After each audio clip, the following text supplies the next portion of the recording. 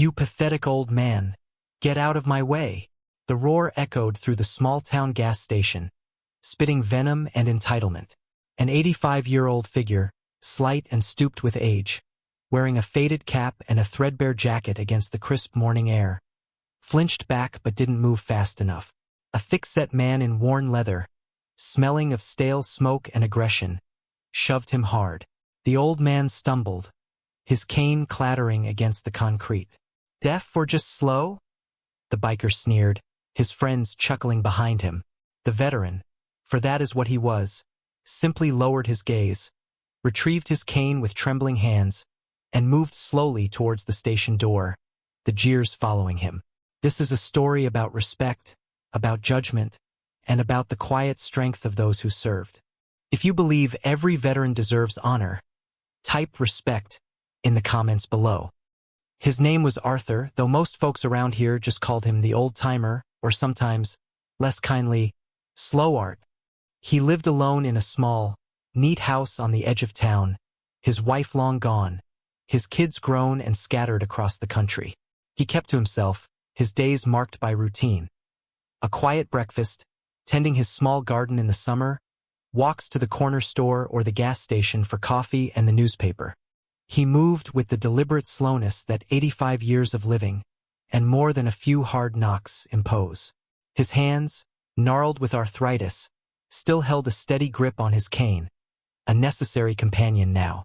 What most people didn't see or simply didn't look for was the sharp, observant glint in his faded blue eyes, the kind that had seen things best left in the past. They didn't see the discipline in the way he folded his newspaper or the quiet dignity in his posture. Even when he was tired, they saw an old man, frail, forgettable. They didn't know about the scorching heat of distant jungles, the deafening roar of artillery fire, or the weight of command borne by a young man who had answered a call nobody else heard. Arthur had served, and served with distinction, though he never spoke of it. His medals were tucked away in a box, his commendations folded neatly in a drawer. The war was over, the fighting done. He just wanted peace now. The encounter at the gas station wasn't the first time Arthur had faced casual cruelty or dismissal. In a world that often valued speed and flash over substance and quiet strength, his deliberate pace and unassuming appearance made him an easy target for impatience or derision. Store clerks sighed loudly when he fumbled with change. Young drivers honked impatiently if he took a second too long at a stop sign. It was a constant, low-level hum of disrespect, 1,000 small cuts that a man could only endure with quiet resilience. Today, however, felt different. The biker, a burly man named Tank by his cohorts, hadn't just been impatient. He had been aggressive, physically confrontational, fueled by a swaggering need to dominate. Arthur felt a flicker of something old and cold deep within him, a response honed by years of training and combat, but he suppressed it. Violence wasn't his way anymore, not unless absolutely necessary. He paid for his coffee and newspaper, his movements slow but precise, ignoring the continued low muttering and snickers from the group of bikers loitering near the entrance, their machines rumbling impatiently. He just wanted to get home. As Arthur carefully opened the gas station door to leave, clutching his paper and coffee, Tank stepped in front of him again, blocking his path.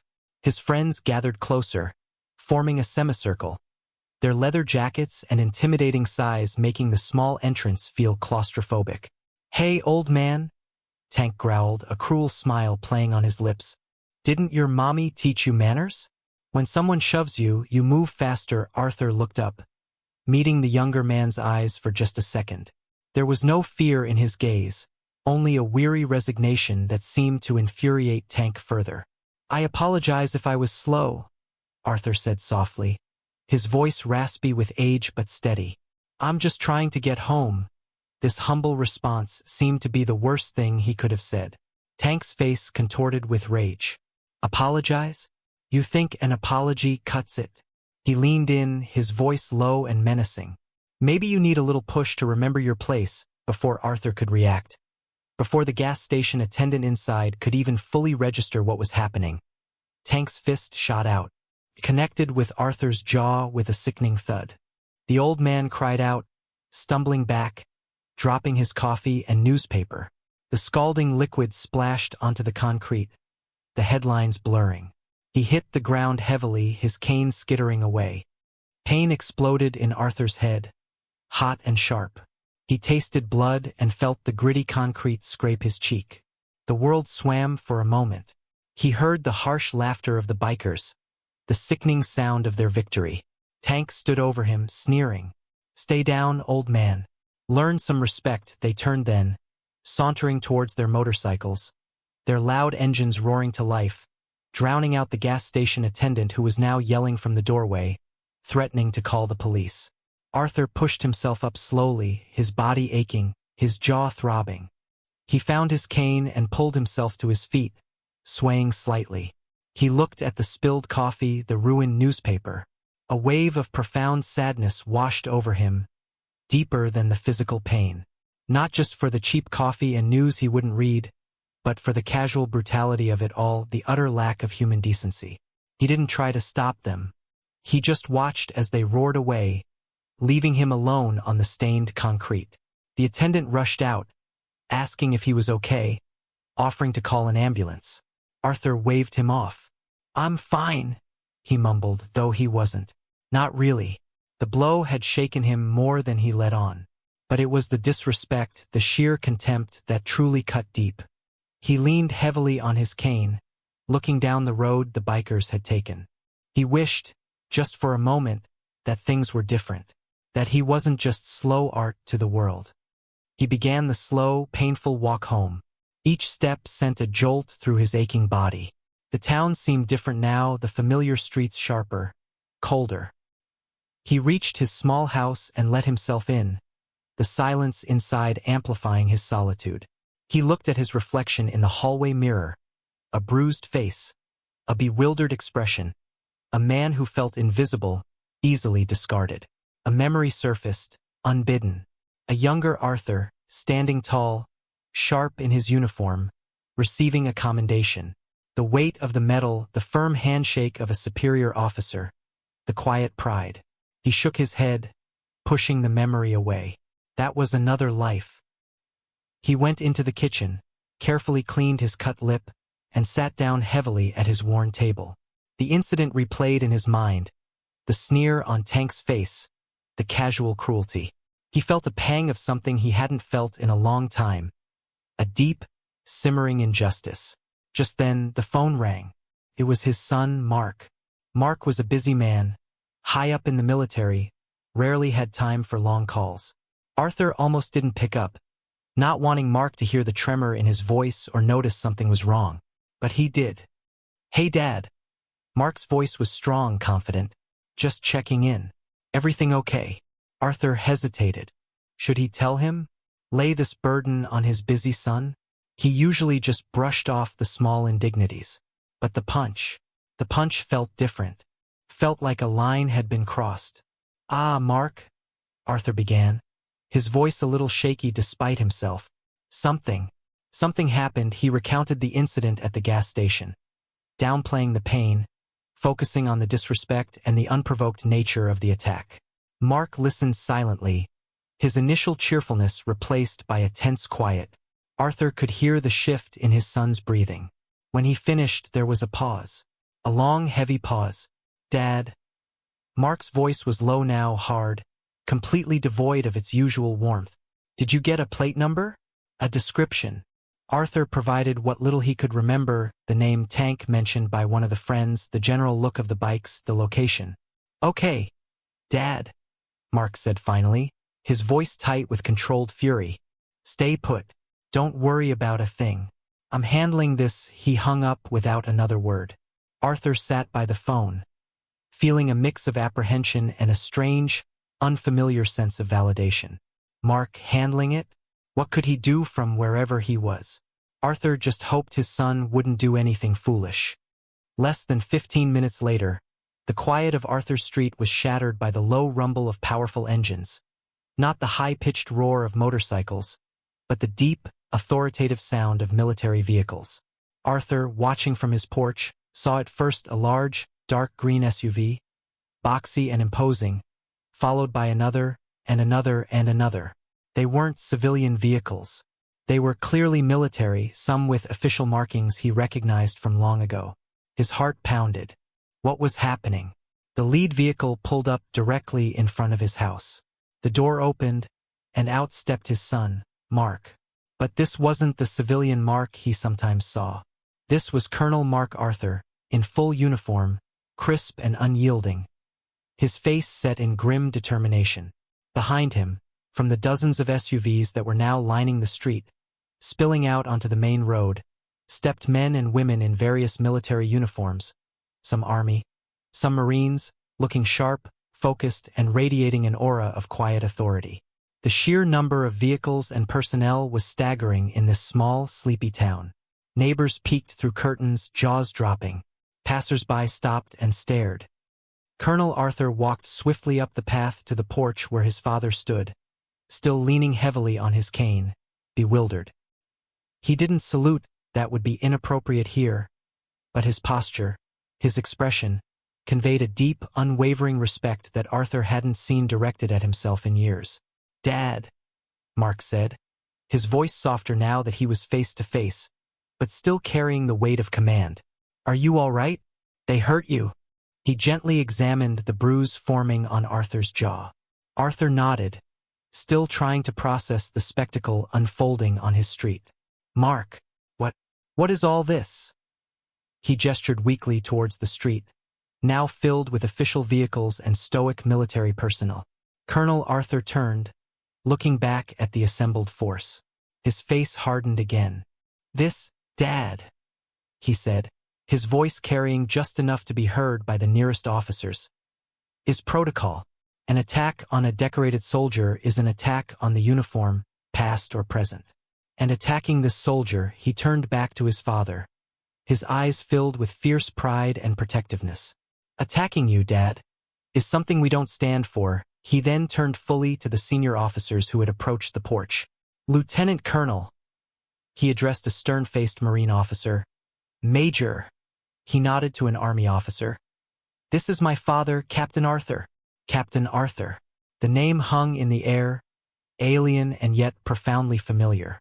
The officers stiffened, their eyes widening almost imperceptibly. Lieutenant Colonel Davis, the Marine, stepped forward, his gaze locking onto the old man. "Captain Arthur?" he repeated, his voice laced with disbelief and a dawning respect. "As in, the Captain Arthur?"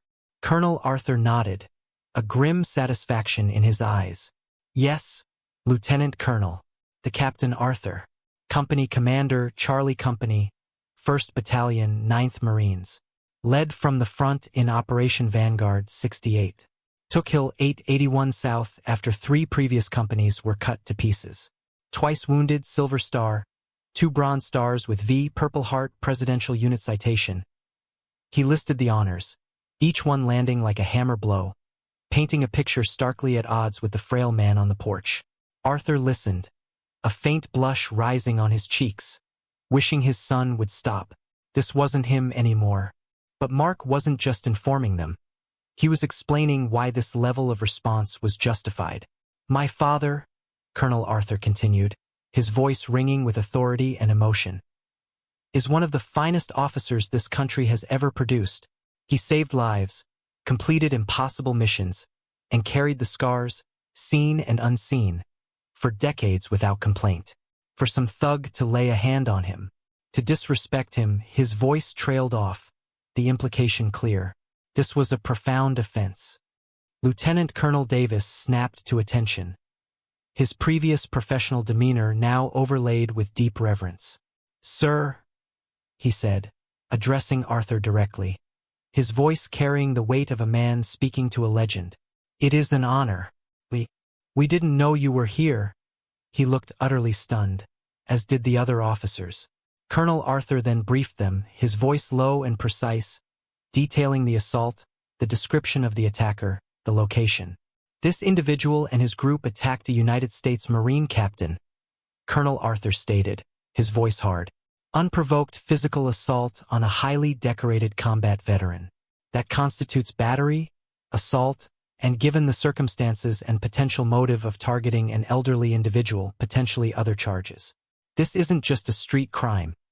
This is an insult to the uniform, to service, and to everything this country stands for. Lieutenant Colonel, I want these individuals located and apprehended immediately. Use every resource at your disposal. Coordinate with local law enforcement, but make it clear this is a military priority. We will ensure justice is served through the proper channels. My father will be giving a statement, and I will personally see this through. As the military personnel fanned out, some coordinating with local police who had arrived, wide-eyed and bewildered, others moving swiftly to gather information. The word spread like wildfire through the small town. Slow Art. Captain Arthur? The quiet old man who walked with a cane. À Décoratet de combat vétéran? A Marine captain who led men into the fire? The sheer disconnect between the person they saw every day and the history that was now being revealed was stunning. People who had dismissed him, been impatient with him, or simply ignored him now looked on with expressions ranging from shock to shame to profound respect. The gas station attendant, witnessing the scene, felt a cold dread wash over him, realizing the magnitude of the crime he had witnessed against a national hero.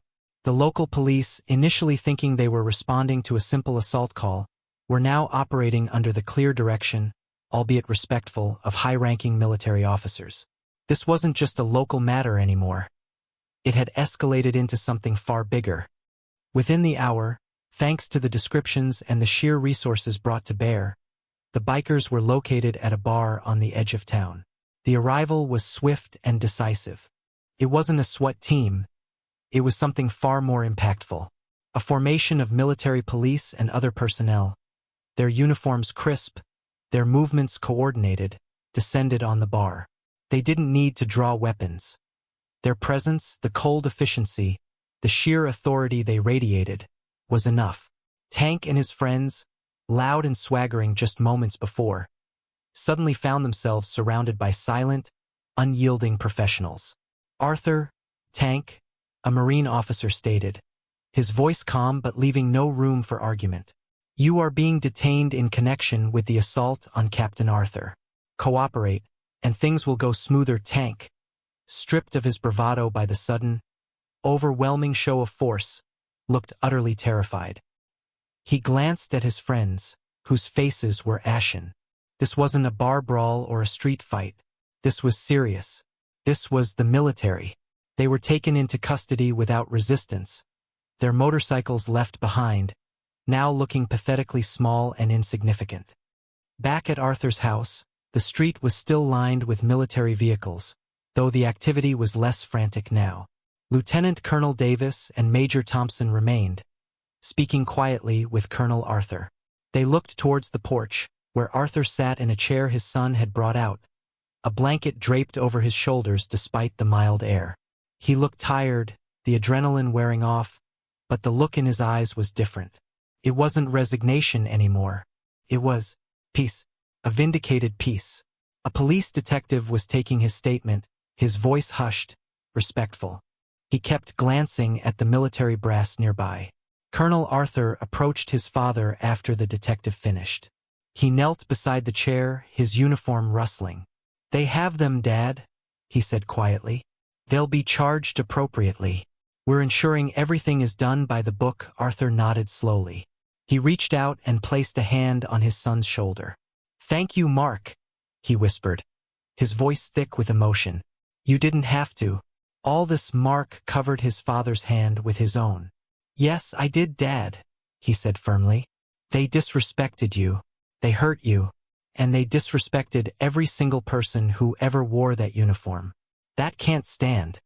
Over the next few days, the story spread through the town like wildfire, carried on whispers and hushed phone calls. The old man, Arthur, was a war hero, a Marine captain. People who had never spoken to him approached his house with offerings of food, help with his garden, apologies. The gas station attendant stopped by, his face red with shame, to apologize profusely for not intervening sooner and to express his profound respect. Arthur accepted their apologies and gestures with quiet grace, never gloating, never demanding. The respect wasn't forced. It was earned, finally seen. The local paper ran a front-page story detailing Captain Arthur's service, his heroism, juxtaposing photos of the young, steely-eyed Marine with the picture of the gentle-faced older man. Veterans from neighboring towns came to visit, offering salutes and sharing stories. Arthur's quiet life was irrevocably changed, but not in a bad way. He was no longer invisible. He was seen, truly seen, for the man he was and the sacrifices he had made. The bikers faced the consequences, with the military involved and Colonel Arthur personally overseeing the process to ensure it wasn't swept under the rug. The charges were serious. Assault, battery, and additional charges related to the targeting of an elderly person. The judge, a veteran himself, listened with a stern face as the details of Captain Arthur's service and the unprovoked nature of the attack were presented. He sentenced Tank and his friends to significant jail time, sending a clear message that such acts would not be tolerated, especially against those who had served. It was a stark reminder that judging a book by its cover, or dismissing an elderly person as weak and insignificant, could have unforeseen and severe repercussions. Arthur continued his quiet routine, but the world around him had shifted. Walks to the gas station were different now.